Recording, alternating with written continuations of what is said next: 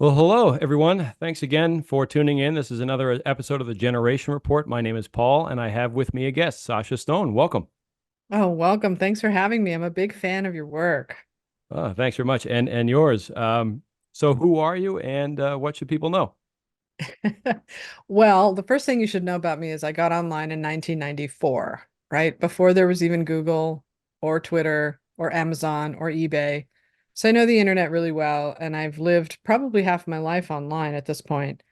And I used to be a very much a person who I built a website on the Oscars and on film, and I did that for 25 years. I'm still doing it. It's my main source of income. I'm proud of it. I built a business in 1999. I launched it, and a whole industry kind of bloomed around Oscar watching, right? And so there's just hundreds of Oscar sites, but back then I was the only one. So I was sort of an early internet pioneer. And I kind of, switched to politics, getting involved in the 2016 election and then kind of becoming disillusioned with my side and my political party and the left in general as to how it's sort of eating culture alive.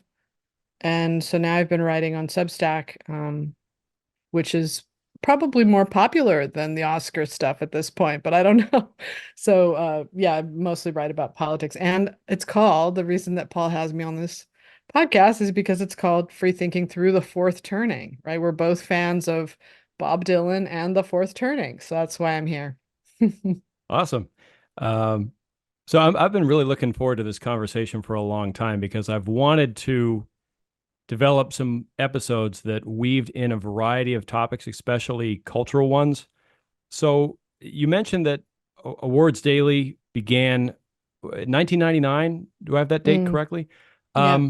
What gave you the drive, the impetus to start that up?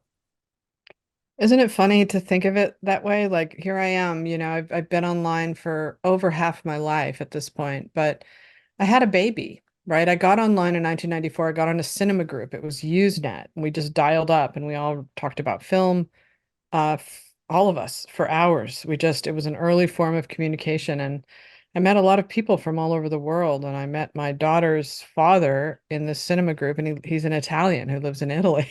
I never would have met him otherwise. But I was raising a baby, and I wanted to work from home. And so the internet was exploding in 2000. It was like the wild, wild web, right? Anybody could build anything. They didn't think it would be profitable. People distrusted it. They didn't want to put their financials online. Everybody thought people who were online were weird. Dating especially was frowned upon. Now it's like the only way people date is online. And shop is the same. People shop online. They didn't shop back then. But all you needed was a modem and we had modems back then. I guess we still do, but I had like a dial-up modem, 12 like 28 baud modem, right? That had to dial in on a phone line, a cable line and a computer. And you just needed to know how to work HTML and you needed to know the basics. You register a domain name, you get a web server, you learn HTML code, you build your main page, index.html, and you've got a page, you've got a website. And because I was writing about film and I was really into Oscar predictions, it's sort of my thing. It was my thing, right? First time was like, guys, Titanic's going to beat LA Confidential. And they're like, no way, LA Confidential is going to win because it's a much better movie. And I said, no way, Titanic is a phenomenon. It's going to win. So when it won, I caught the bug of Oscar predicting. So I thought, wouldn't it be cool to have a website that like followed the Oscar race from the beginning of the year all the way to the end and followed the ins and outs of it and to see how it is that certain movies get nominated and certain movies win? Like, what's the process? And so that started it and it just kind of went from there and it created this kind of sensation at the time. But of course, the first movie that won Best Picture back then was Gladiator, right? And that was, not pretty close to number one at the box office. Everybody had seen it. It was a popular movie, made a lot of money. And as you can see now, we're heading into an era where people don't even know what got nominated or what won. Nobody watches the Oscars. And so in the time that I started to now, I've watched the decline. And so that's anyway, the reason that I built my website was so that I could support my baby. And I thought I'm going to make money from home and this website's going to make it for me. And it didn't at first. It took me about 4 years or 5 years of working for free, working other odd jobs. And then finally it started to get advertising money from the studios because I just became too loud of a voice they couldn't ignore. And so they started advertising, and that's how I've sort of made my money all this time. Cool. I've just within the last 6 months or so begun to really take an interest in what a lot of the early pioneers on the internet, and it certainly sounds like you are one. I don't know if you would call yourself one, but that timeline kind of places you there. Were there people who are known names or commodities today who were kind of in your circle starting in this space back then? Well, what I noticed was the next generation coming behind me, the millennials, because I'm Gen X. The millennials were sharper, smarter, faster, and when they took to the internet, they built huge .coms. And the big deal back then was going public. I always kind of pretended I was sort of this early pioneer, this web person, and it was fine for what it was. It was kind of like like a thrift store, basically. But these guys came along, the Zuckerbergs and the early pioneers, and they built an internet that I couldn't have fathomed. And so they were always way ahead of me. I don't remember anyone other than the people in my field who, well, Craigslist, he was online. He was an early guy. So we were around the same time.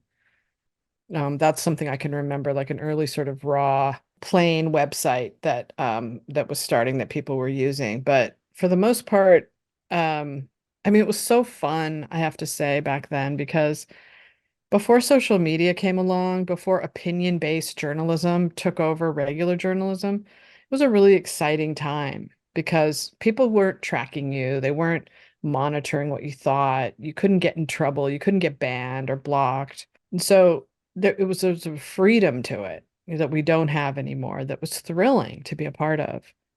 And now it just feels so different. It really almost feels like poison when you spend time online. But it didn't back then. It was delightful. You're meeting people from all over the world. Like, in when else in human history have we had that many people online and that many people alive and that many people connected at once? So I knew it was going to cause trouble to the human brain at some point. I wouldn't figure that out till much later, till after the social media and the smartphone came. But you think about these technological achievements in history, like the printing press or the radio or television, and how it changed society, in shocking ways. In a lot of, like, you could almost say that Hitler and the Holocaust happened because of the invention of the radio. And you could say that the Salem witch trials because of the invention of the printing press, maybe McCarthyism because of the invention of the television. And certainly what we're living through now is directly related to the invention of the internet. Yeah, the relationship between the news and our perception of it, it's something that's just, I think it's baked in. And Mm. the perception of the situation in the country today, I think more and more people are waking up to what's really happening and what the stakes are, which is why the fourth turning is becoming more and more of an item that people are searching for. It's a book that people are buying in big volume again. More and more content's being made about it or around it.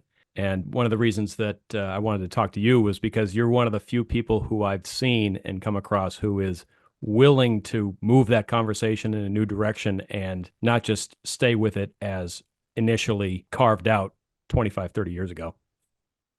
Yeah, so you're pretty aware of how different the first book by Neil Howe and William Strauss in 1997 was written versus now the update by just Neil Howe without William Strauss. What do you think is the biggest change there, in the way that he wrote that? Because I've looked at the two in comparison, and I mainly look at how he describes the fourth turning, the Great War paragraph. There will be a great, we will pass through the great gate of history. That whole part. Like, so I looked at the two different ways that he changed that. That was the most fascinating part to me. The rest of it, I don't know that he really changed all that much. Yeah, I would say that the biggest difference, if there is one, it's that they were willing, at least this is my perception, to talk about the cycle and to talk about what it meant for America's future as a process of change. This is a process of change that Hmm. happens, and people need to be ready for what's coming based upon how our study of the past and our study of generations seems to forecast certain things in the future.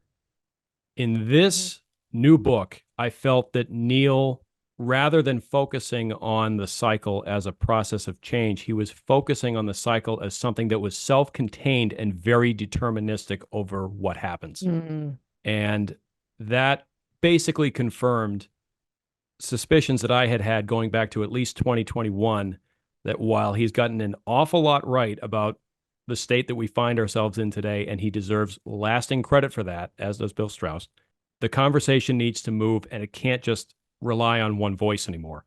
You could read through the lines and tell that he was being very insistent that things are going to happen based upon the theory and the ideas that we originally conceived of in the 1990s, and that and is a reason why I now consider myself as having departed from his view on things. Interesting. Well, I hope you consider writing a book because there aren't that many people. There's this one book that I found. I don't know if you know about this. It's called Pendulum: How Generations of the Past shape our present, and I always forget the title. Shape our present and predict our future. And it's a book by two guys, and it's a mess. I mean, I've never seen. I'm sorry to have to say this, but it's a great idea, but I've never seen a worse written like presentation of an idea. But it's brilliant. I just wish that it wasn't so, because when I recommend it to people, they look at it and what is this? And the audiobook isn't much better. It's just as chaotic. And if you watch videos of the guy, I'll think of his name in a minute, but when you watch videos of him on YouTube, and there aren't that many of them, I'll send you one later. He's this like hippie dude, right? But whatever they stumbled upon, it was brilliant because they took Neil Howe's and Strauss's 80-year cycle, right? Because so they say, the basic human lifespan is about 80 years. And you can divide that up into the seasons, spring, summer, winter, fall. And we're in winter right now, which is the fourth turning, where everything has to die off and then for make way for new growth. And everything is done by the generations. So we're coming to the end of the baby boomer generation now, and the millennials are about to take over as the lead, which is obvious. I mean, it should be obvious to everyone that the millennials have totally taken over because they have. And I like that idea of the patterns of the generations. I like the coddled baby boomers, children, then launch the counterculture, and then they become the boomers, and then now they're on the way out. It's just all very fascinating to me to look at things in patterns. So these guys took the 80-year cycle and they chopped it into two 40-year cycles. And then one is called the me cycle, which is individualism, and the other is the we cycle, which is collectivism. And then they divided up each of those 40-year cycles into two, where you have the upswing of the me cycle and then the downswing. So they say that their theory is humans always take a good thing too far. And so when individualism is taken too far, it becomes narcissism and nihilism and despair. And then we spend 20 years spiraling from that, and then we head toward collectivism. And when they wrote this book, it was heading into Obama's second term. So it was like 2011 or something. And they predicted that when collectivism goes wrong, it hits what they call the witch hunt phase, where all of a sudden everybody, this collectivist utopia that they built, people start turning on each other.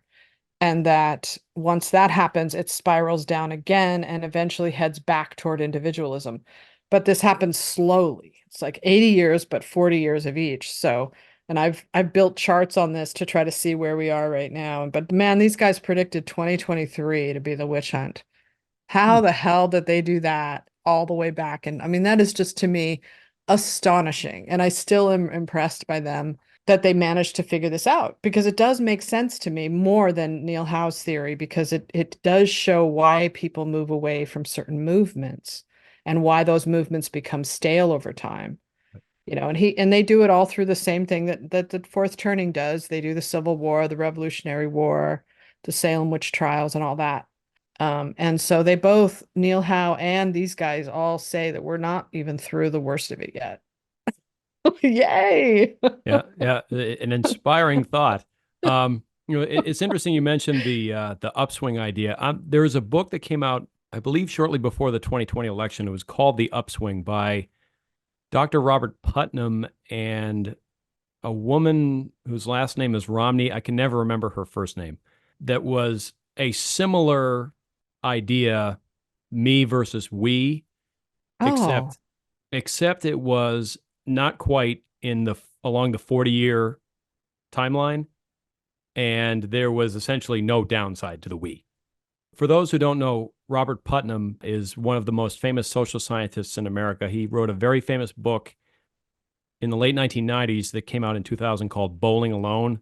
But in this particular book, he and his co-author essentially say what America needs is more democracy in the way the word democracy has taken on a different meaning that it used to. mm. America needs more democracy on every front and more rule by experts. So you Oh, can great. imagine Sounds wonderful. so you can imagine some of the specific conclusions that they came to Well, there. But yeah. I found that Neil Howe's latest book felt to me like he was heading a little in that direction. I Mm-hmm. thought with Mm-hmm. his idea of like, and when it's all settled, we'll have this beautiful collectivist utopia. Is Yes. sort of what I thought he was saying, and I was like, no. Yeah. Yeah. So Yeah. these guys, these other guys, were the only ones I've seen that talk about the bad, the downside of collectivism. You know, the when it turns into the look, there's no denying the witch hunt phase. It exists. Look at what happened. You know. So and it's just a matter of where it goes and how far the backlash. But the problem is the newsmakers, the media, as you cover a lot in your series, they're so influential. They're so, you know, it's so easy to spread. And they are the ones that say, oh, everybody's spreading disinformation and misinformation, but they spread it too. It's really hard to fight against that and remain, you know, independent minded. It's almost impossible, really, for Hmm. young people especially. Yeah. If I'm glad you mentioned the influence of the media and sort of the people in the punditry and intellectual spaces. If I may be permitted to do a shameless plug of one of my prior episodes. Please. So in 2022, I became aware that there were a lot of intellectuals associated with university faculties who were making regular appearances on cable news, especially MSNBC, to a degree Yeah. that far exceeded what I remembered before the 2020 election and even in the 2020 election's crazy aftermath. And I wanted to produce something that shone a light on what a few of these people were saying and how there was clearly a connection, there was clearly a channel or at least an echo chamber between what this elite group of intellectuals were saying and how that was being picked up by the powers that be. Yeah. And I profiled six different people in this episode. It's called A Nation of Intellectuals. Love And, it. for those who may be wondering whether I read all of the books that I profiled in that episode, the answer is yes. It took me a long time to Wow. prepare and contour arguments. When you read those books, you see very clearly how their arguments are moving up the chain to the people who are trying to control the narrative. And they're leaving out the cries of the working class. Like they don't even care at this point. But I know you don't want to make this too political, so we won't go into the politics too much. That's But fine. What's interesting is it's hard for me to say that I had a definite political view of things when I was 14, 15, 16. For what it's worth, I was in high school on 9/11. And I initially supported the invasion of Iraq for a number of reasons. I believed what was being said at the time. I also felt that there were just certain steps that needed to be taken to prevent 9/11 from happening again. My mother, for what it's worth, was in New York on 9/11. And then it became pretty clear by the time my year in high school was getting underway that we were making a lot of mistakes, or our leaders were making a lot of mistakes in their execution of the Iraq policy, the Iraq war. And I could see as that awareness was being picked up by the general public that the powers that be in the popular culture, especially, took full advantage of those missteps to swing the narrative completely to their side. And I Hmm. believe that that's what made Jon Stewart the person he is today. Jon Stewart is not the person he ultimately became No. without the prevailing winds after the mistakes that were made in Iraq in 2003.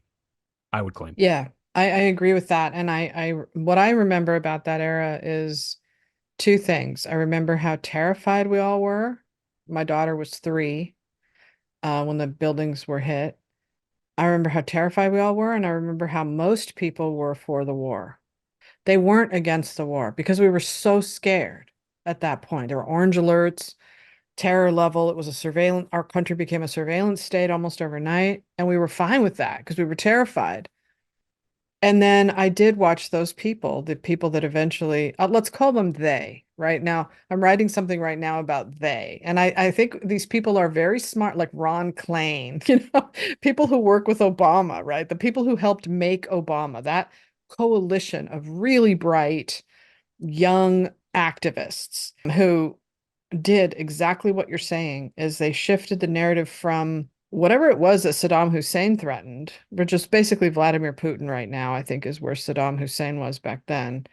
And they turned it into, there were no weapons of mass destruction. These guys are liars. And it then became a way to take the GOP completely out of power to destroy them and to rebuild this new left utopia. But in the middle of that, the iPhone, social media, this is like happening all at the same time. And the Wall Street crash of 2008, the crisis that sparks the fourth turning. It's all Yep. happening right at the same time. Fascinating, isn't it? Yeah, it is. I wonder if most people have a vivid recollection of some of the little things that we take for granted now, like you just mentioned the introduction of the iPhone. I remember very distinctly where I was when the iPhone first hit stores. I was at a wedding that weekend. It was either late June or early July of 2007. We were eating at a restaurant in Maryland, and the line for the Apple store across the street was around the block and like two Mm, blocks in the other direction. It was wow. nuts. And we can't even imagine the world without the iPhone now, but back then it caused a lot of crazy. And I actually graduated from college in 2008, Oh, which wow. I've started to be more upfront about that on the podcast, that really ignited my not just fascination but obsession with these ideas and with these subjects, because my relationship with the turn the economy took and everything that changed within a very short period of time after the global financial crisis really hit Mm, is it is super personal. wow. That was Yeah. a very tough time in my life. And when I first came across Strauss and Howe's work, it was like, oh, that's what Yeah. happened to me. That makes a lot of sense. And I was still a little bit skeptical, but I definitely did, as many people do, connected to all kinds of personal moments and anecdotes from my life and observations about my generation that I felt they were, if not 100% right about, pretty close to the mark about. And I just said, Hmm. that's it. I want to know more. So there was that whole period from the middle of the 2000s through when the global financial crisis started to die down, or at least began to give way to the post global financial crisis malaise, was kind of the time that planted the seeds for my fascination with this stuff. Wow, that's amazing. I didn't get to it till much later, as you say, because I never even heard of it until Donald Trump won the election. And I heard about Steve Bannon. I had no idea what the fourth turning was until that point. And then when who's this guy? Who's Steve Bannon? And so I did a deep dive on him and I started to find out everything I could. Steve Bannon, we should say, thanks to the witch hunt phase, is now serving time for contempt of Congress for 4 months, but which is horrifying in my opinion. But and then I thought, okay, the fourth turning. He made this movie about the fourth turning. That's interesting. And so people like me, I'm like the base of the Democratic Party, unmarried, white women, right? Social justice oriented white women, or that's what I was. thought that the fourth turning was this apocalyptic, like the way they're talking about Project 25 right now is how they're talking about the fourth turning back then. And so I thought, oh, this document. But I had no idea that like Neil Howe is like a, he's a liberal and it's very tame and it's not apocalyptic at all. It's just that Steve Bannon happened to see the patterns already. He could see. So what he did was he tried to wrestle the narrative and manipulate it himself. Like he said, okay, there's Occupy Wall Street. That's the people rising up against the government. So we're going to build this over here on the right, the Tea Party. We're going to have our own populist movement. And over time, populism died on the left after Bernie's campaign crashed and burned, and it was only left to the Trump side to continue the populist uprising per the fourth turning, which I find fascinating. So Steve Bannon knows that, and he continues to guide the MAGA movement in that direction, hoping that he's going to somehow have a seat in changing the future and making history go the way that he wants it to go, which is nationalist populism, for however they define that. Yeah, I definitely have mixed feelings about Steve Bannon. He's obviously incredibly bright. Yeah. He does get over his skis on a lot. As far as the prosecution or persecution of him, I just can't say I'm surprised given the way things Yeah. are, where things have Mm. gone. He's just one of those people that they've had in their sights for quite some time. What's so interesting about him is that he was not the first prominent person to latch on to Strauss and Howe's ideas and to embrace them and embrace them publicly. The first was Al Gore. I didn't know that. That's right. Al Gore, I can't remember if he was part of the same class at Harvard as Bill Strauss, but they knew each Hmm. other.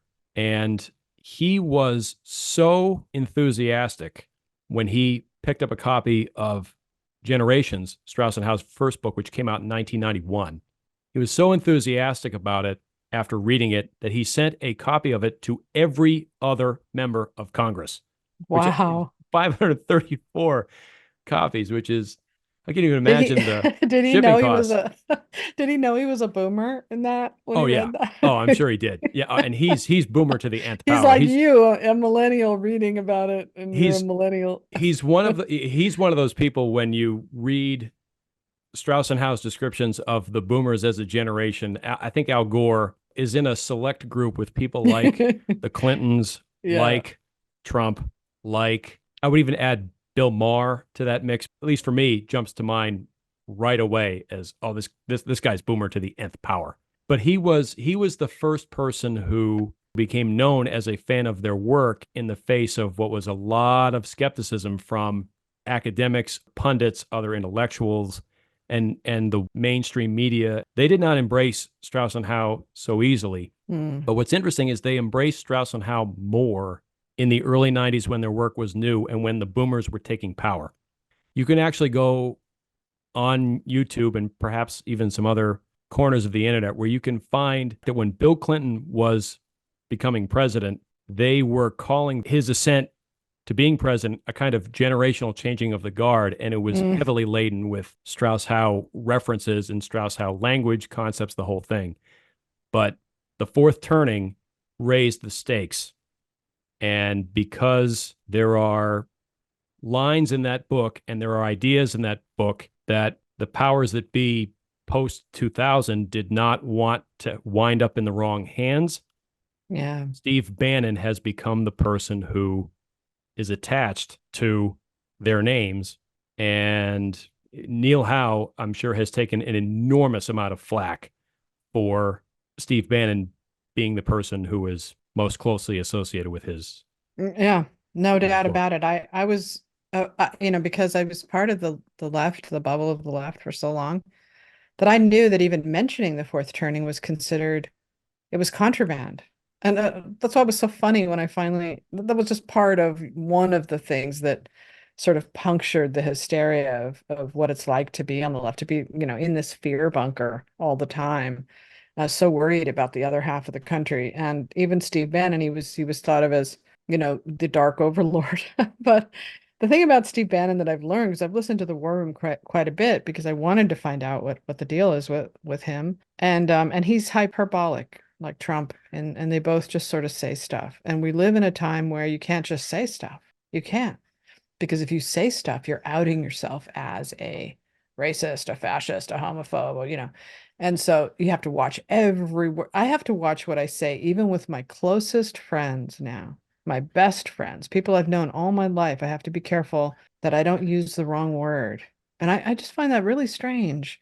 And so Steve Bannon, like Trump, they both love to just troll. And so they love to say stuff that they know is going to get people. Steve Bannon loves when he's criticized. He plays it on his show all the time. People are calling him whatever they are, whatever he's mentioned in New York Times or anywhere else. He plays it and he showcases it because he's proud that he's made that kind of impact.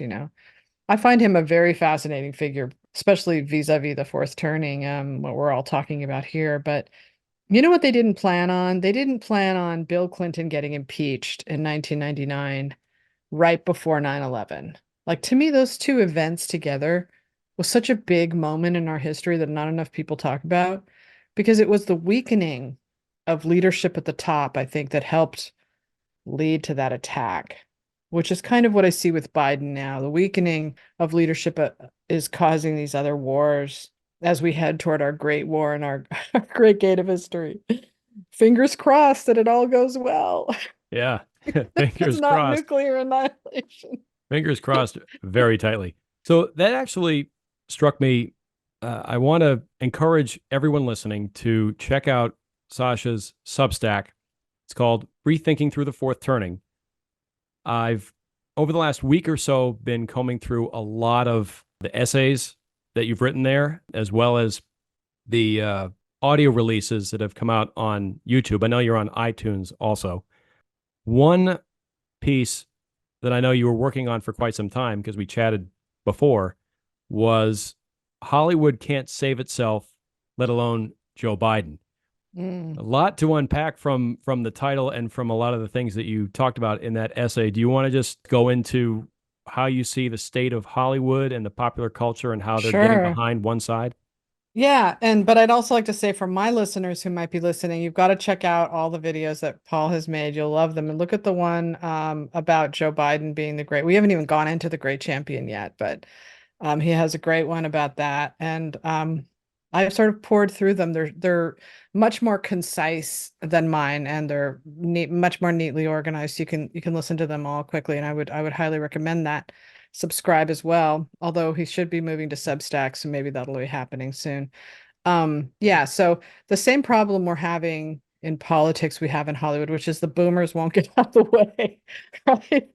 I know Joe Biden's not a boomer, he's silent, but still the boomer class, man, they're foot like Hillary Clinton, Nancy Pelosi, Chuck Schumer, these guys are like, and you did a whole thing about who is the great champion, and you went through all the different people who were and why they do and why they don't fit. But that's the problem in Hollywood too, because you have the Steven Spielbergs, the Francis Ford Coppolas, and they are so intertwined with politics, with the Democratic Party, that they've become the same organism. And so as the Democratic Party, in my opinion, starts to collapse, which I do believe that it is in a state of collapse, they're dragging Hollywood down with them.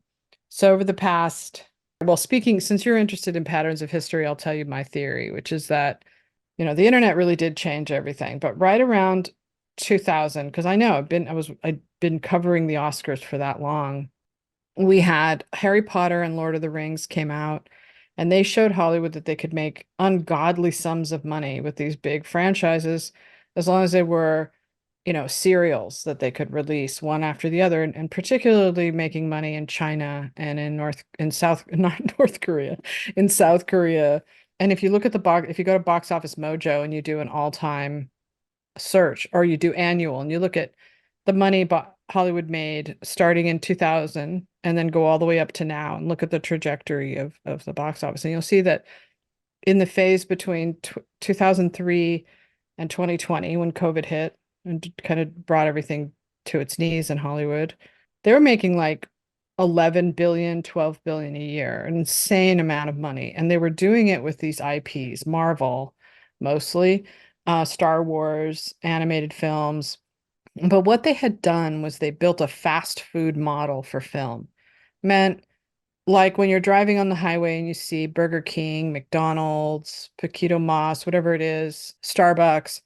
So what they did was they figured out if it's a lot of people involved, choice overwhelms them and depresses them. So you need fewer choices, but you also need expectations met. So like I went to Portland, a couple of years ago, and I noticed that they have all those amazing coffee shops, yet the most crowded one was Starbucks. Like, why is Starbucks when you have all these beautiful, because people don't want to take a chance with a mom and pop when they can have something that they know exactly what they're going to get for their money.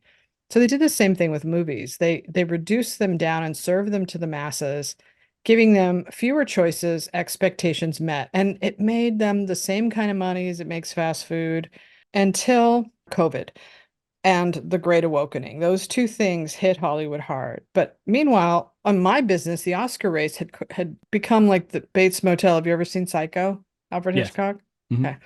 Do you know how Bates Motel is off the side of the road? It's its own little hotel, and nobody goes on the interstate anymore. Yeah. So that's what the Oscar race became. It's just this own little world that had nothing to do with the business of Hollywood because these movies were not making any money anymore, and they didn't need to make money. A director friend of mine once said that the Oscars are like the salad at McDonald's, right? It's like we're selling salad. Nobody's really going to eat the salad, but it sort of shows that we're health conscious. So if we have these quality stamps. We can sell our fast food over here, and we can still have our sophisticated fare over here, our hothouse flowers designed for the Oscars. So they fractured these two over time and they speciated. They became completely different species, right? And then the Great Awakening hit at the same time as COVID in 2020. Everything collapsed. Everything. The Oscar race, big budget, everything collapsed. And at the same time, China had decided that they didn't want to make Hollywood rich anymore. They wanted to make their own films. And shockingly, they have an incredibly profitable, or they did before COVID, film industry that actually competes with ours in a way that should have scared Hollywood because they said we don't really like your movies. They're weird and we'd rather make our own and make our money for ourselves. And their movies are pure Chinese propaganda, but they make so much money enough to compete with American products. So that part got cut off. So that hurt Hollywood a lot. Just that one thing of China saying we're not going to accept every single movie that you want. We're going to make sure it's aligns with our beliefs and we're not just going to take anything because you're bringing bad influence over here. So that hurt them right off. But then there was a revolution in Hollywood. The Great Awakening hit it so hard that when we came out of it, every movie was suddenly woke. Every movie, every ad on television, every Lifetime show, every sitcom, every fitness app, everywhere, every billboard, everywhere you looked, they had to reflect this. I guess it's the streets of Manhattan view of America. Like when you walk through Manhattan and you see this wonderful diversity all around you, this cosmopolitan look of people of every kind of, race and gender. But that's not what America looks like. You know what I mean? So you can't just sell everything as this homogenous view of like peanut M&Ms, one of every kind. But that's what they had to do because they were mandated to do it. And so it destroyed their brand. It destroyed their fast food because it's like they're saying, come to McDonald's, but we're not going to give you French fries anymore. We're swapping it out for raw broccoli because broccoli is better for you and it's better for the planet. And you can't look at us and say we're making everybody unhealthy. So you're going to eat that. But of course, no one's going to eat it. No one's going to buy it. No one's going to want it. Right. And so people stopped showing up and it died. The box office died. If you go now, you'll see two movies that are doing well, which is Despicable Me 4 and Inside Out 2, which is like family movies. But everything else, they bombed one after the other. The Fall Guy bombed, Furiosa bombed, they lost to their audience and the audience is not coming back. And the same thing happened with the Oscars. The Oscars became something that people looked at and said, people aren't really winning these. This is just a utopian diorama, and we're moving around the pieces and we're pretending like we're changing the world. First female filmmaker wins. First film by a black director wins. First film with an all Asian cast. First film with an all deaf cast. And by last year, finally, with Oppenheimer and Barbie, it felt like things were shifting, because these two movies created a sensation online, Barbenheimer. So all these people were showing up, and we were all like, "Great, this is fantastic. This everything's going to be back to normal." And then the actors and the writers went on strike, and it brought everything back down to their knees. And now they're still trying to dig their way out of it. But and through all of this, of course, I'm not neglecting the streaming pressure, the pressure from streaming, but I personally don't think that's the main reason, though most people want to believe that it is.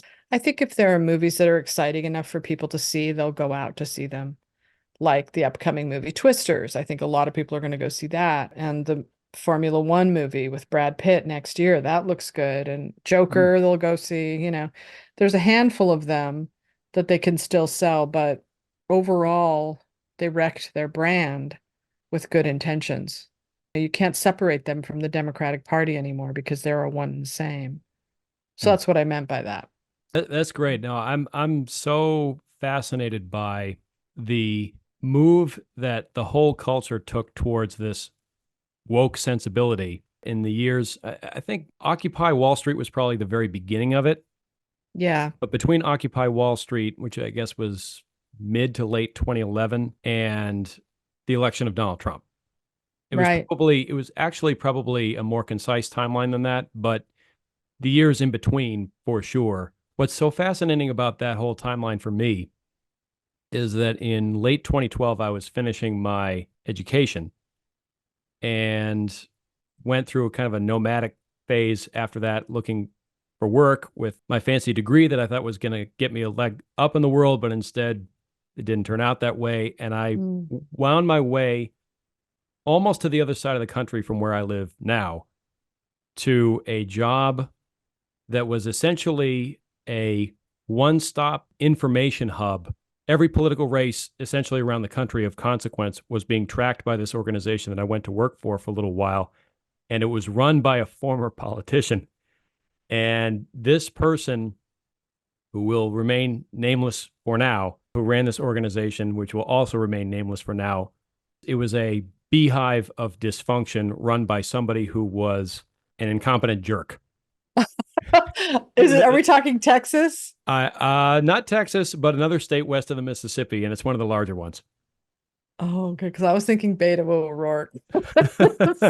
This particular person, not to drag boomers through the mud, my parents' generation boomers, but Uh, this particular person was a boomer who had been a politician of some name recognition many years ago now. And right. he was my boss. And if you didn't meet him in person, you would never believe that he was real. But he Oh, was. And I mentioned before that the response to the Iraq War was kind of the first moment in my life when my view of things began to shift. This was the second moment for me. And as it so happened, when I left that job and came back to basically the area where I live now, it wasn't more than a week before the Ferguson verdict came in and the riots happened and the media oh, went crazy the way I'm sure you remember. And this was also, as it so happened, right in the wake of when I read The Fourth Turning for the first time. It oh, was a whole lot of currents just wow. coming together at the same time. And I remember making a mental note to myself, I want to see where this goes. Mm. I can't believe I'm actually laughing saying it, but it was one of No, but those. it's so fascinating because I said to my friend the other day, he was like, "When do you think all this woke crap started?" And I said, "When do you think?" And he said, "With Trump." And I said, "It didn't start with Trump. No, no, no. It started way before that." And I actually got this. I'm gonna steal from Ben Shapiro, who's very smart. He said it in 2012, after Obama's second term win, which is to me when I noticed that the internet, that my group on Twitter was driving the media narrative, and we were able to create a media narrative and basically lie about Mitt Romney, which turned out to be really easy to do. We could make the reality we wanted, and it was quite a feeling of having a lot of power that I noticed in the 2012 election, and not at the time, but looking back, I see what that was. But it was right at that time that the Tea Party was starting to rise. if you look at the Tea Party, which again, I have to be very clear, is that I was a person on the left. I was a devoted Democrat. I was woke. I was a woke blogger. All I did was write about race and gender on the Oscars for years. And I was really awful about it and shrill and, terrible. And I wish I could take those years back because I never thought it would come to where it is now, that I would help destroy it, but I did. So I can't lie about that. I can't sit here and say it's like you with the Iraq war. Like I can't pretend that I didn't help build all this and that I wasn't a part of it. I was very much a part of it. I was right there. I didn't notice this until later looking back because I too thought the Tea Party was racist. And I didn't realize that it was the fear of racism in the rise of the Tea Party and Donald Trump that caused the beginnings of the woke revolution and the hysteria that came in the wake of it. The mass hysteria, I believe. It's like communism. Racism was the new communism. But I had sent my daughter to all the public schools in Los Angeles area, and her high school was right around 2013. They were teaching critical race theory. And I didn't know, I thought it sounded like a cult. I would tell her, "Guy, this is like a cult, isn't it?" And my nephew called it a social justice military academy. And it was a public school. And she was told as a white person that she had white privilege and she had to stand. And this is my daughter grew up in, Obama was the first president she knew. Her best friend was black throughout her whole life. Racism wasn't something that she had even been in her head. Yet she was told she was white. And in high school, when you're trying to find your own identity and you're nervous and self-conscious anyway, all the white people had to stand outside the circle, and only the people of color were ever allowed to talk. And they started to build this little, her generation, Gen Z, to build this little hierarchy. If you're white and you're male, you're at the bottom. If you're white and you're female, you're at the bottom, maybe just a tiny bit up if you're a good ally. White men, you have to be completely subservient to the entire cause or you're out. But then it just went up to the most marginalized, the most oppressed. The wheel of oppression, if you're a person of color, you're automatically oppressed. If you can negotiate as a white person, if you're gay or if you're queer, if you're bi, you could buy, please give me a break. Everybody's bi. No, but I'm just kidding. But you know what I mean? Like that's going to give you status. And then transgender people seem to be at the very top of the list. But they've even worked in like overweight people now. And like that's a thing that has to be represented. And it's so strange that this has become our new normal. Well, because my daughter's generation, they all came of age and they all got jobs and they all started to push the narrative. And that's where it ended up. And they made demands and they're scolds, they're tyrants, little baby tyrants. And then the institutions listen to them. And it's exactly what you said, the Occupy Wall Street, because as Vivek Ramaswamy always points out, that was the moment that they said, we can't address these problems of a $700 billion bailout and people who are saying, how could you do that to us? So they had to shift it to identity because it got them off the hook, right? Because now they could make it all about race and gender and wokeness, and it didn't have to anymore be about class. So that's really what started, was a way out for them, but it's also how they absolve themselves of their sins of privilege. Like they can demonize half the country because they believe that they're of the virtuous. They can say like Minnie Driver, that actress who just said that like 70 million people in America are racist because Trump is their representative. She can say that because she is of the class of people, the elect, the people who believe that all they have to do is, if they obey the hierarchy, then they're off the hook. Should Yeah. never be seen as an aristocrat, right? Right. I'm laughing for two reasons. One, because she's in Good Will Hunting, which is one of my absolute favorite movies. Two, Oh, because she's British, which all is right. which obviously this woke thing has a worldwide or at least an Yes. international dimension to it.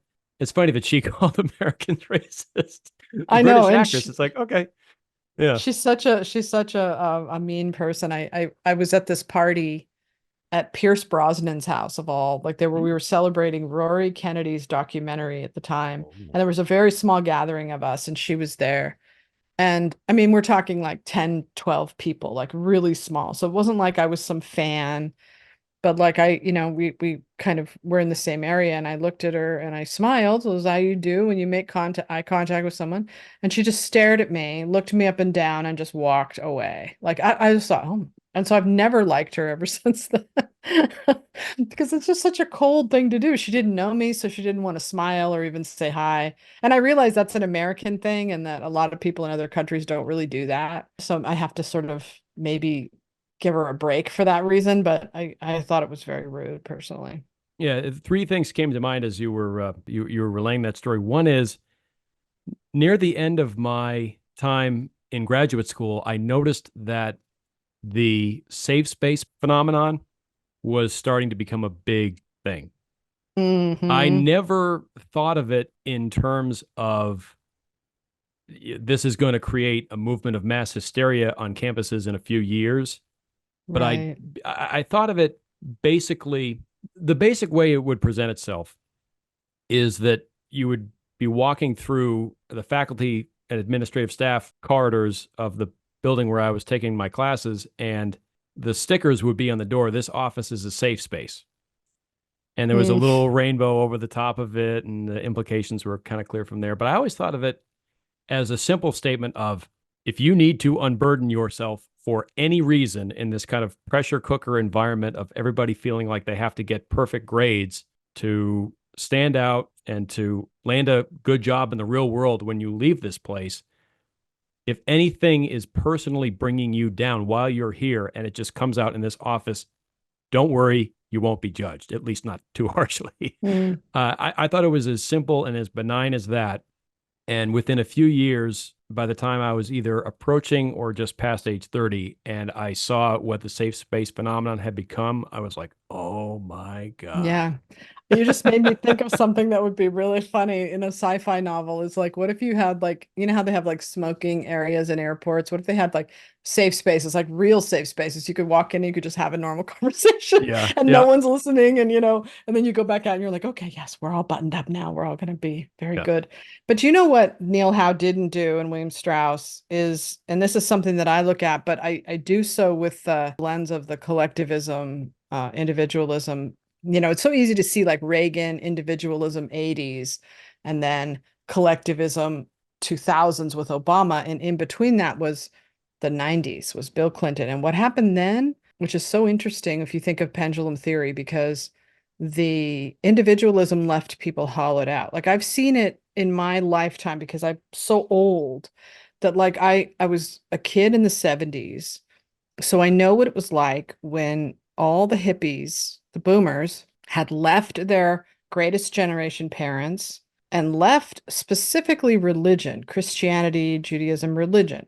That's what they were breaking free from when they built their counterculture, right? So in the 1960s, it was like, get me away from this, get me away from structure, get me away from belief in God as my center, right? And what they did then was that they went searching for other ways to fill that void. So it was concerts and it was political activism and it was investigative journalism and it was politics and ultimately by the 90s, by all that time after Reagan, after the loss of Jimmy Carter and the end of the counterculture movement. If you watch The Big Chill, it's about how the boomers went from the counterculture 60s to like the yuppies in the Oh, yeah. 80s where they all wanted mortgages. And this is a great movie for Oh, yeah. that. It's a Yeah. total fourth turning movie is The Big Chill. And so you get to the 90s and it's despair and it's emptiness and there's nothing because you've gone through everything. You've gone through all the counterculture, then you've gone through the yuppies, the greed is good era of the 80s. And here you are. And so what happened in the 90s? Big Pharma made it legal to advertise to consumers. This is what RFK is talking about. For the first time, they could sell psych meds. It could be sold on TV. And so the 90s was when everybody started to get medicated. I don't know if you remember that, but it was the self-help revolution. It was Oprah Hmm. every day at 3. Hmm. It was everybody has trauma. Everybody is abused. Your parents abused you. You had a bad childhood. You were in an abusive relationship. And we developed this language around self-help. People like me, I'm ground zero for all this because I'm a helicopter parent on top of everything else. So I learned the language of, and no man is ever good enough because men have to meet all of these different things. They have to be good listeners, they have to be great in bed, they have to be providers, they have to be politically correct, good fathers, they can never say a bad word, they can never insult you. And so we put in all these standards for our relationships, and in women like me, we just chased the dragon. And I know that's the case with many women in my generation. But the safe space thing came from parents like me raising kids. You escaped this because you're a millennial, but my generation that had kids in the 90s, we overprotected our children. My poor daughter just learned to drive and she's like 26 now. It's just, and that's how much I overprotected her, and like we kept them inside, and we were afraid of everything, and we didn't let them have parties, they couldn't play outside, and so they just disappeared into the internet, and they created this madness, but with this blanket of trauma over them, like, I am traumatized, I have anxiety, I have problems. And that's the generation we created. And so that does go back to the fourth turning in terms of how generations create different effects that each generation. So I'm hoping that after Gen Z, the next generation might be free of some of that, that crazy oppression. Yeah, the having the reference point of being an older millennial Yeah. is really interesting for a lot of reasons. I spent a lot of time after school, especially, and at family gatherings around Xers growing up. And I knew certainly by the time I was 7 or 8 years old that I was different from them and they were different from me, like Yeah. intrinsically. The example, and I can't believe I just had a bolt of lightning of the mind within the last maybe 6 months, that the person who I was probably the most like when I was 7, 8, 9 years old. Have you ever seen Jurassic Park? Of course. Remember Timmy? Yes. Yes. That's the way I was at that age. And Oh, what's so fascinating so is I cute. found out that the actor whose name is I think Joe Mazzello, Mm, he was born in 1983, 2 years before me. That was not the first example that hammered home for me the boundaries that Strauss and Howe drew between Xers and millennials yeah. belong in a certain place, and these differences are not socially constructed, they're real. That was actually a pretty quick intuitive pickup that I made once I got into their work 10 years ago. But over time, I've become more and more aware that that leap from even people born in the late 70s, very early 80s to people around my age was immense. And Yeah. there's so much conversation now about, again, how hyper protective parents became, especially I think Mm, near the end of the 90s and through the 2000s. That all started with people around my age. And while the habits and the behaviors picked up from overprotection are more pronounced among people about 10, 15 years younger than me, that's a reflection of them just being a little bit younger. I look upon people my own age and I say, we escaped some of the things that are being painted on people younger than us, but mm. we didn't escape it totally. And we have a lot of the same personality characteristics. One of my big ambitions is to write what I hope will be the definitive piece of work and produce an episode on the hero archetype, because this is Nice. where I think my experience being an older millennial who graduated from college when the world fell apart and has spent the last few years, especially, spending more time than I ever did in high school, college, or grad school around people 10, 12, 13, 15 years younger than me. I can see similarities in people younger that reflect the observations that Strauss and Howe made about millennials as an archetype. If you believe in their ideas that history is cyclical and hero archetypes leave a certain footprint behind based upon who we intrinsically are, there are some things that have not been factored in yet that I want to try to tackle and see if they make sense to people. So that's something that Yeah, I'm I'm working on. curious about that. I've been fascinated by the older millennials for a long time now because every time I see something cool, I think, I know a millennial built that. They have something different that you don't see in other generations. And like on some level, they scare me a little bit because they're running the Biden administration right now. They're told that era, like Jen Psaki, like that generation of millennials, they're so motivated. They're so smart. And yes, that overparenting helped give them that confidence that the boomers had from their parents too. It's scary. Well, I would actually say a lot of the people in the current administration who are its public faces, actually a lot of these people are Xers, not to paint a Yeah, no, paint a I brush love on my you gen. guys. I love my Yeah. generation. I think Yeah. I have the best generation. But what I think is important about the generational conversation is it can very, very easily lead to people wanting to make generations the cause of everything that happens. And Yeah, you can for see it as a sure. lens through every single person. And of course, I'm sure there's people who know me well who are laughing right now listening to this because they go, oh God, you do that all the time. It's inevitable. Oh, it's Kids inevitable. these days. 100%. But but one thing to remember is there's a before and an after. There's people, you're the last generation that remembers life before it became a double life of virtual and real. Yeah. you know, because my daughter's generation grew up with a virtual world, right?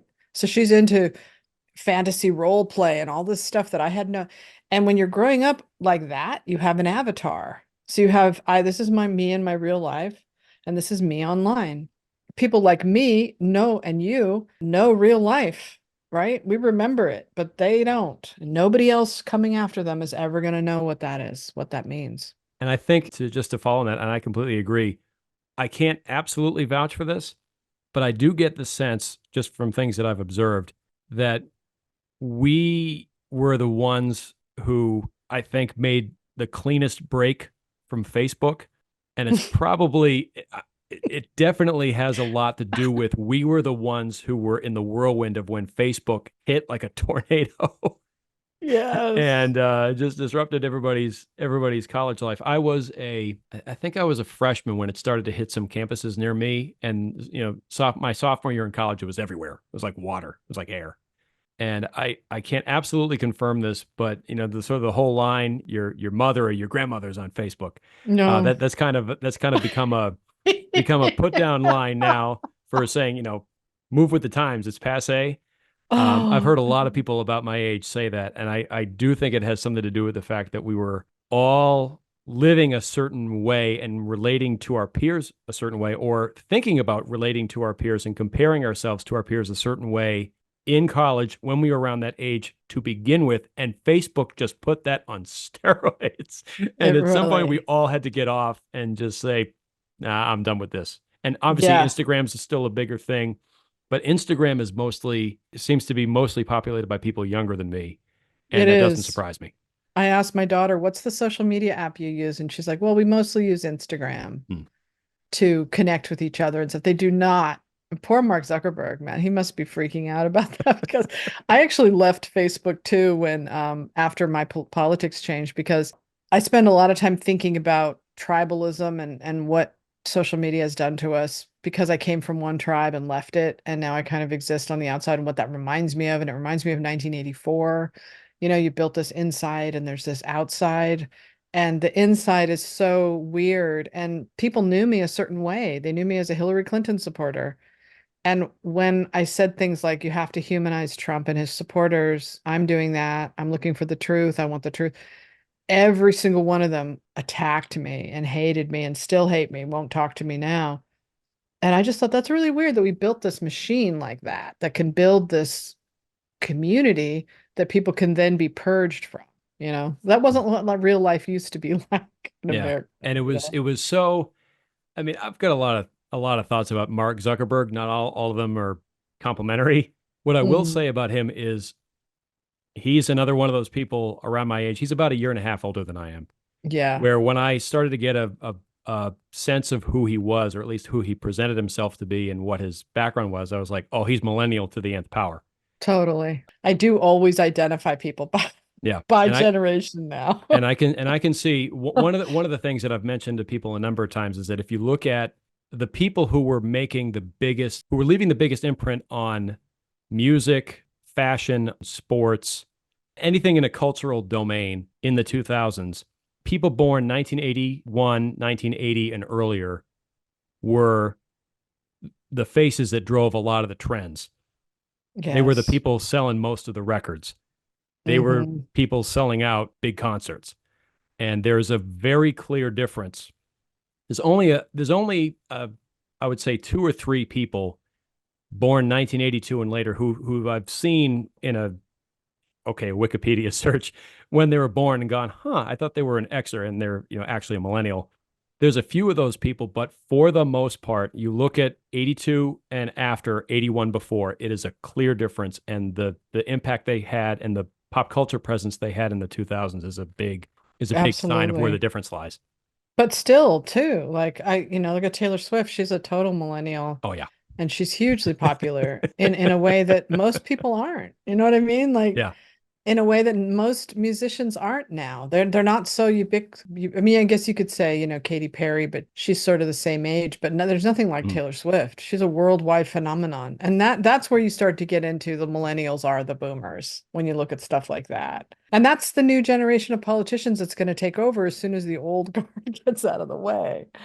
So I've been looking at this kind of stuff a long time. The one thing that I was actually having a conversation about this with someone the other day is, again, because of the way these conversations kind of go and people want things to be black and white before and after, there's Mm, always a tendency, and this is particularly true, I think, when millennials get talked about in the media or now Gen Z, to say, well, now this one generation is either driving a particular trend or is moving into a different phase of their life. And so they're not as omnipresent in the popular culture. And that means this, this, this. yeah, yeah, It's never a simple matter of, or I shouldn't say never, it's very seldom a simple matter of one generation is leaving something, another generation is arriving, and then it's only a matter of a few years before it's all one generation again. There's all yeah. kinds of different. So, with respect to millennials in politics, we're still very small in number. Your generation, Generation X, is obviously, I think, conspicuously underrepresented in politics for your generation's age, but your numbers are going to grow. Your power and presence is already demonstrably greater than it was in the 2000s, kind of during the W. Bush period. I actually looked this up, that the peak Mm. all time of boomers representation in the US Congress in DC, if you just go by elected seats, was the US congressional elections of 2006. Oddly enough, 2 years before the first Gen X president was elected. So Mm, that there's a gradual, it's like the ebbing of the tides or the changing of the tides. It's gradual. In terms of millennials rising to be the dominant generation in politics and not just a few faces and names making a big commotion about things, yeah. that's probably at least 10 years away. And given who some of the prominent millennials in politics are now, it's probably a good thing. Well, I feel very much like my generation was called to this moment. And I know that's very fourth turning of me, but because we're cool.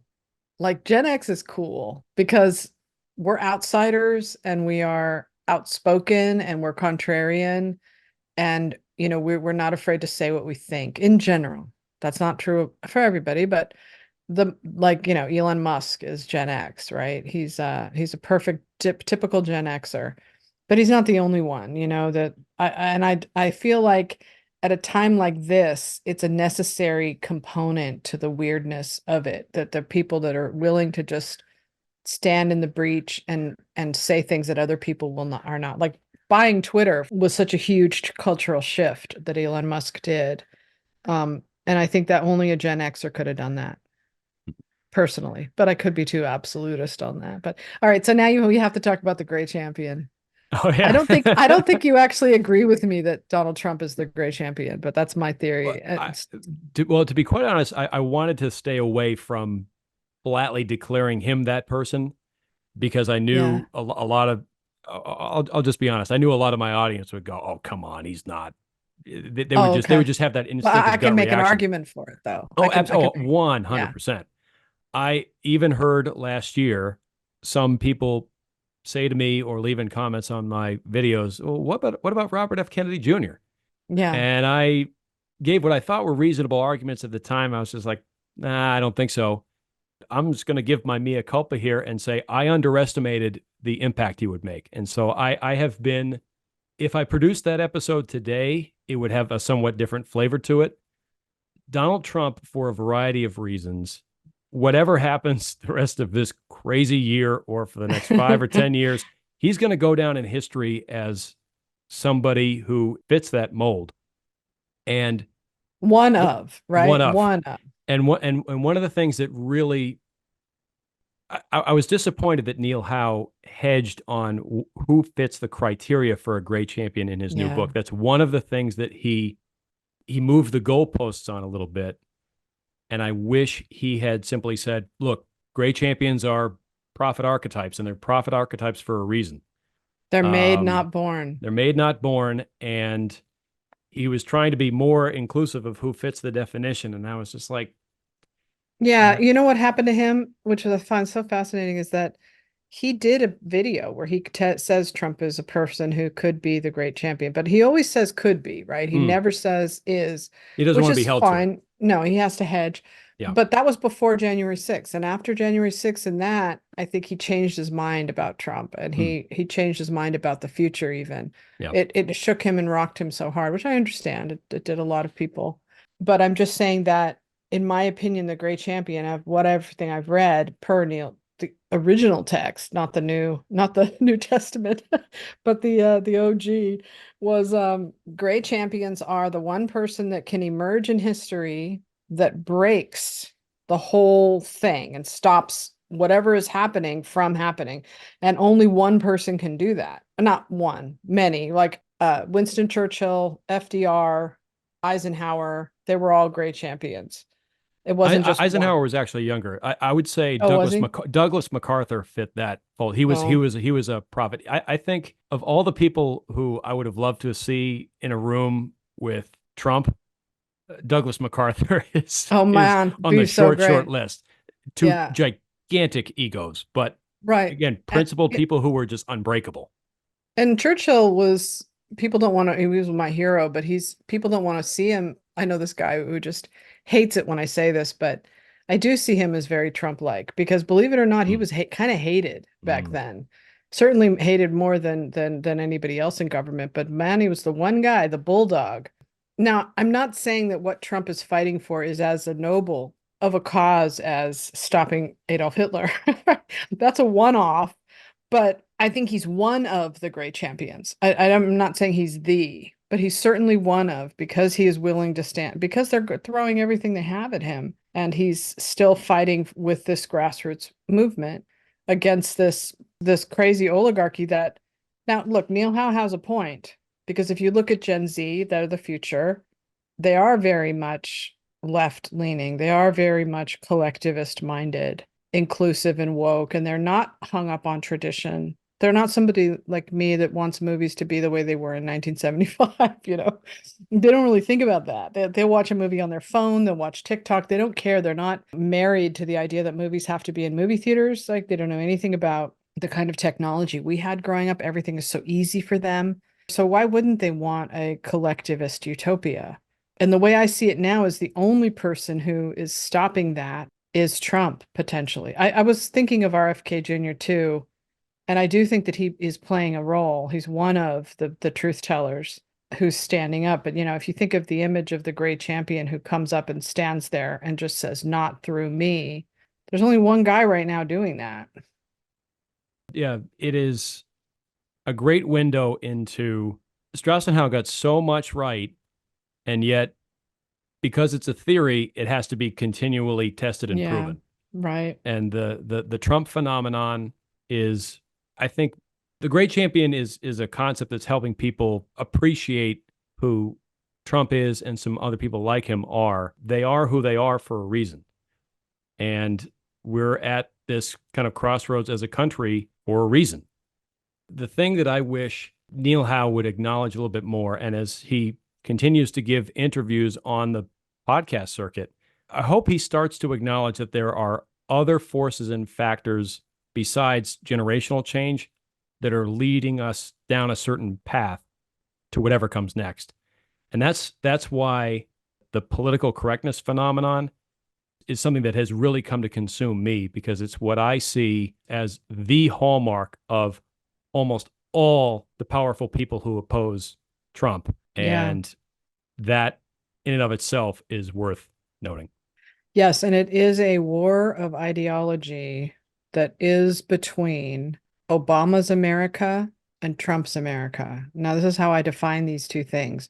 I don't define Trump's America as MAGA and their policies. I define Trump's America as an America where the empire has collapsed and we can get back to quote unquote normal and everybody can see each other as people again. And we're not policed on everything we say and do, and we can make great movies again. We can write great books again. We can tell good stories again. We can share as a country. We're not polarized. That's my version. Obama's America is more like 1984. And I'm not saying that in a negative. I'm not saying it's a dystopia. I'm saying that in their vision, it's online, it's global, it's not confined to the United States. It's ideological, and we're ideologically aligned with Europe and Sweden or whatever else that, goes along with us. And then you look at the other side would be to them the axis of evil would be the Trump world, Putin, China, everything that's non, in agreement with their way. It's very much rooted in virtual spaces, and they've overtaken streaming. So all the streaming platforms lean left. Elon Musk is the only outlier there with Twitter and TikTok, which they can't control yet. But their utopia is right there. That's why they're fighting so hard for it. They want this to be the new normal for America going forward, where everybody is ranked by identity, and that's the new power hierarchy. And there's no such thing. It's exactly like 1984 minus the militarism, although we're even getting some of that now. But if you read 1984, you watch what they do with language, what they do with history, the way they have to control, and they even have children's spies, which is like cancel culture.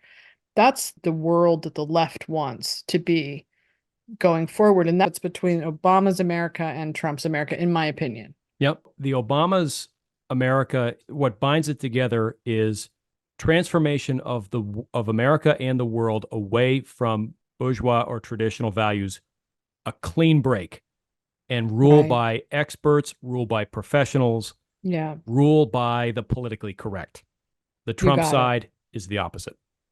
The last video that you made, I think, talks about, well, no, there's one that you made. I don't know if it was the last one, but there's one you made about that, about the expert class, when you said that the media, was kind of called out and that they were so willing to embrace what these people were telling them, but they're corrupt. Their ideas are corrupt because they have only one conclusion. So basically, what they've done is they've just rebuilt for themselves what the boomers got away from, the traditional religion. They've just built a new religion, basically, but to fill themselves up and to make sense of our world. And I think personally, and I hope it's true, that if history is any indication, what we're having coming next is a counterculture revolution, which I'm very much looking for. And you, young man, are young enough and smart enough to be in that. And that is so exciting for you. I can't take advantage of it, but I feel the same sort of excitement that I felt when I got online in 2000, where you could make anything, you could build anything. The counterculture revolution will be that.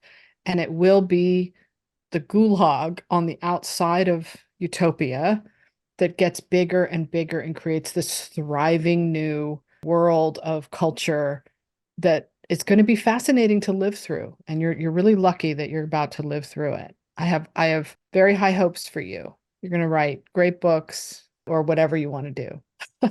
Well, Movies, documentaries.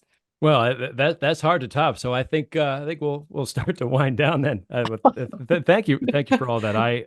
On my more hopeful days, I have aspirations for exactly what you just There you go. said, and that people who genuinely are committed to the truth, whatever it is, The truth. have Thank the you. ability Yeah. to express it and have the ability to move among like-minded people and live the lives that they want, knowing that they're still accountable and responsible for their fate, but Yeah. they don't have to be part of the matrix.